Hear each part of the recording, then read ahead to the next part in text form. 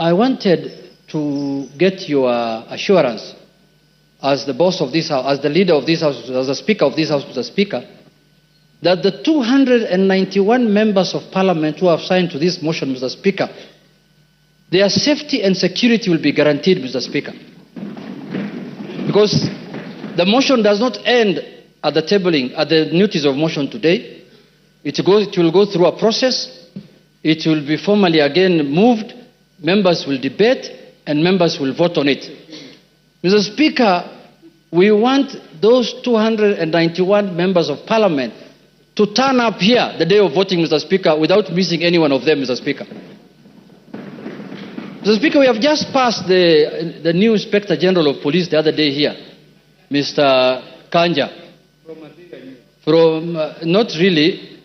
He must take responsibility as the Inspector General of Police, Mr. Speaker, to guarantee the safety, as the Inspector General of the country, Mr. Speaker, to guarantee the safety and the security of the 291 members of the... Mr. Speaker, you know this thing. What we are doing is not a small thing, Mr. Speaker. When Trump was being removed, was being impeached in the United States, Mr. Speaker, you know what he attempted to do. And what can happen here, you know, Mr. Speaker. And let us not fight, let us not begrudge anyone.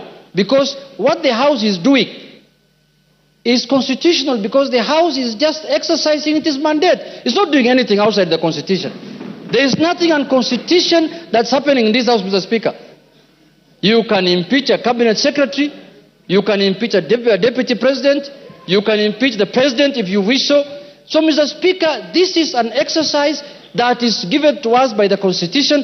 So, Mr. Speaker, you've made your point. I have made my point, but I conclude by saying this, Mr. Speaker.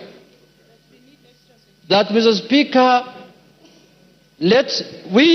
when we were elected, Mr. Speaker, as members of Parliament, we became the staff of the Parliamentary Service Commission. Each member here, Mr. Speaker, their employer, they are employees of the Parliamentary Service Commission, which you are the chairman, Mr. Speaker.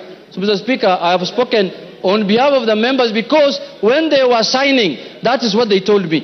Mr. Speaker, as the minority leader, they told me, we are in support of this thing, we are really ready to move, but we want things done legally and procedurally and within the Constitution, inside Parliament and outside Parliament. Thank you, Mr. Speaker.